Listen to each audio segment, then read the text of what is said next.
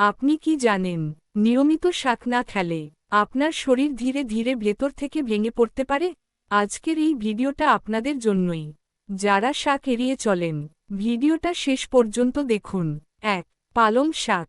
আপনি কি জানেন, পালং শাক না খেলে রক্ত কমে যেতে পারে, সব সময় দুর্বল লাগতে পারে, মাথা ঘোরা শুরু হতে পারে।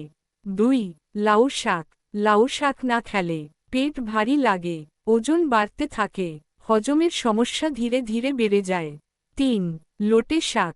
এই শাক না খেলে কোষ্ঠকাঠিন্য বাড়ে, পেট ঠিকমতো পরিষ্কার হয় না, গ্যাসের যন্ত্রণা শুরু হয়। ৪. পুঁই শাক। পুঁই শাক না খেলে পেট শক্ত থাকে, মল পরিষ্কার হয় না, গরমে শরীর আরও দুর্বল হয়ে যায়। ৫. কলমি শাক। কলমি শাক না খেলে রক্ত ঠিকমতো পরিষ্কার হয় না, ডায়াবেটিস থাকলে সমস্যা বাড়তে পারে, শরীর দ্রুত ক্লান্ত হয়ে পড়ে। ৬. সরিষা শাক।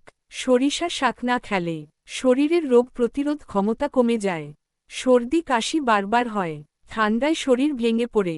৭.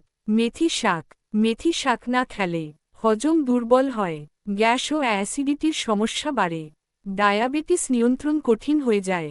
৮. নটে শাক। নটে শাক না খেলে রক্তশূন্যতা বাড়ে, দুর্বলতা দূর হয় না, শরীর কাজ করতে চায় না। ৯. থানকুনি শাক। থানকুনি শাক না খেলে মাথা ভারী লাগে, মনোযোগ কমে যায়, পেটের ছোট ছোট সমস্যা বড় হয়ে ওঠে। ১০. আমরুল শাক। আমরুল শাক না খেলে রুচি কমে যায়, লিভার দুর্বল হতে পারে, খাবার খেতে ভালো লাগে না। সব শাক একদিনে খেতেই হবে এমন নয়, কিন্তু শাক বাদ দিলে শরীর একদিন না একদিন তার কষ্ট বুঝিয়ে দেয়। আপনি কোন শাকটা নিয়মিত খান না? কমেন্টে লিখে জানান। ভিডিওটা উপকারী মনে হলে লাইক করুন, চ্যানেলটা সাবস্ক্রাইব করুন, আর ভিডিওটা শেয়ার করুন, কারণ এই কথাগুলো আপনার পরিবারেরও জানা দরকার।